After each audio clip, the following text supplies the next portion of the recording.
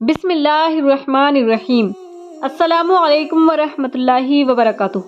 محترم ناظرین اسلام، آج کے اس ویڈیو میں ہم آپ کو بتائیں گے حضرت خواجہ غریب نواز اجمیری کی کمپلیٹ بائیوگرافی۔ تو ناظرین اسلام، ویڈیو کو آخر تک غور سے سنیں۔ تو چلیے شروع کرتے ہیں۔ حضرت سلطان الہند خواجہ معین الدین چشتی اجمیری رحمۃ اللہ علیہ دنیا کے نامور اور بڑے اولیاء اکرام میں شامل ہیں۔ ہندوستان میں اسلام کا چرچا آپ کی کوششوں سے زیادہ ہوا۔ مسلمانوں کی حکومت و سلطنت کی بنیاد بھی آپ ہی کے مبارک ہاتھوں ہندوستان میں ڈالی گئی۔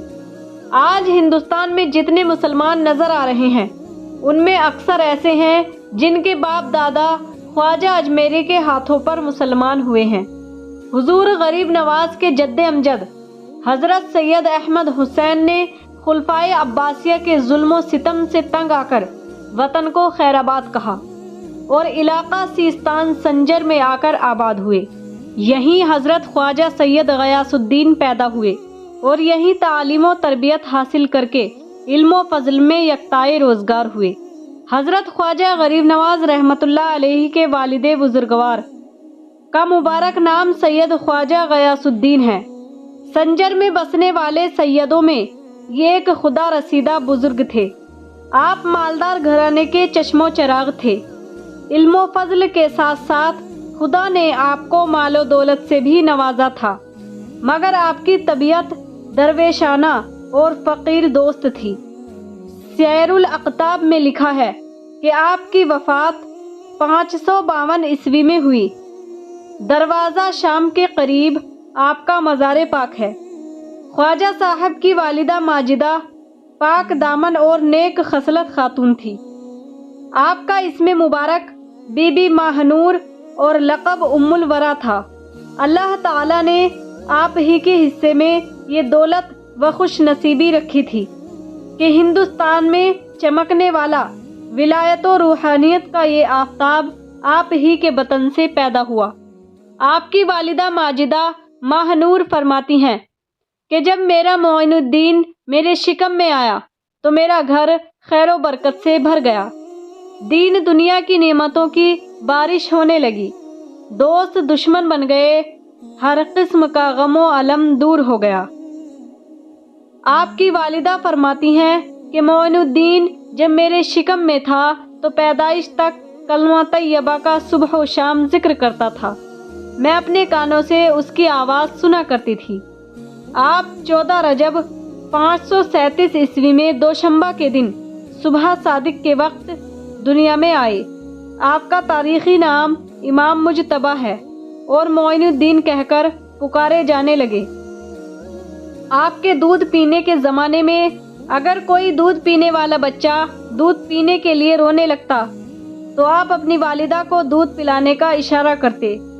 والدہ آپ کے اشارے کو سمجھ کر اس بچے کو اپنا دودھ پلا دیتی۔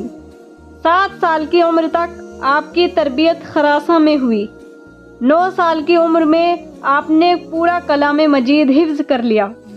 اس کے بعد سنجر کے ایک مدرسے میں داخل ہو کر تفسیر حدیث اور رفقہ کی تعلیم حاصل کی اور تھوڑے ہی عرصے میں تمام علم و فن میں استاد ماہر ہو گئے۔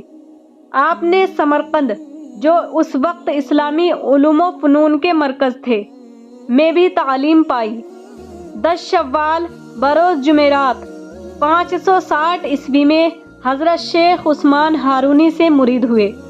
اس وقت آپ کی عمر 23 سال 3 مہینے کی تھی۔ خواجہ غریب نواز نے 20 برس تک اپنے پیر و مرشد کی خدمت کی۔ آپ کے روشن ضمیر مرشد نے فقر و درویشی کے سارے رموز سے آگاہ فرما کر آپ کو رخصت کیا اور آپ تجربات و مشاہدات کے لیے اسلامی ملکوں کے سفر پر روانہ ہو گئے۔ خرقان، اشراباد، اصفہان، ہمدان، تبریز اور بغداد کا سفر کیا۔ مکہ معظمہ میں جا کر حج کیا۔ وہاں سے روانہ ہو کر حضور کے حکم سے آپ دوبارہ پیر و مرشد کے پاس آئے۔ پیر و مرشد نے آپ کو خرقۂ خلافت عطا فرمایا۔ آپ سجدہ شکر ادا کر کے پیر و مرشد سے رخصت ہوئے۔